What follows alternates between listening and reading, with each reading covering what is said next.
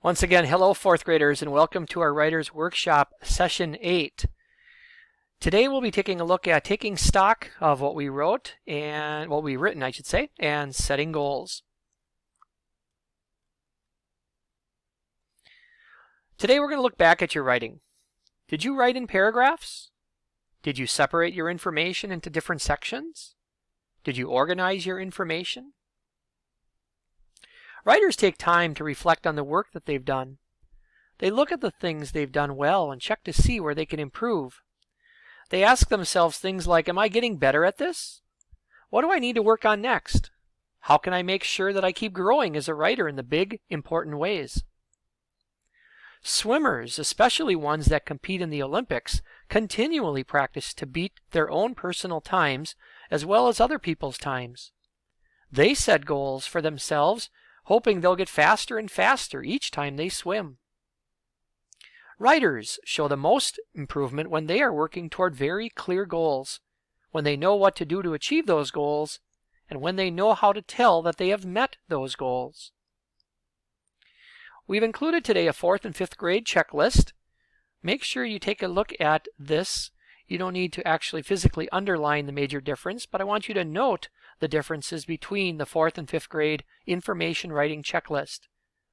Think about what the differences mean for you as writers. Check over your writing. Did you meet the expectations for our 4th grade? Were you able to meet the expectations for 5th grade?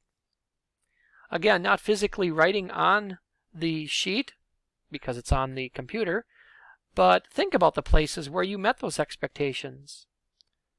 Think about the places you need to work on.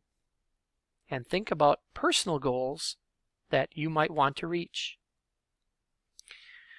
Today is your last chance to make your writing the best they can be, as well as your chance to set the bar for the kind of work you want to do in your next book. As you determine areas that need improvement, you should make revisions right on the spot to make your current work even better. Do a quick spot check to be sure you used commas in all the right places. Double check your spellings of really important words.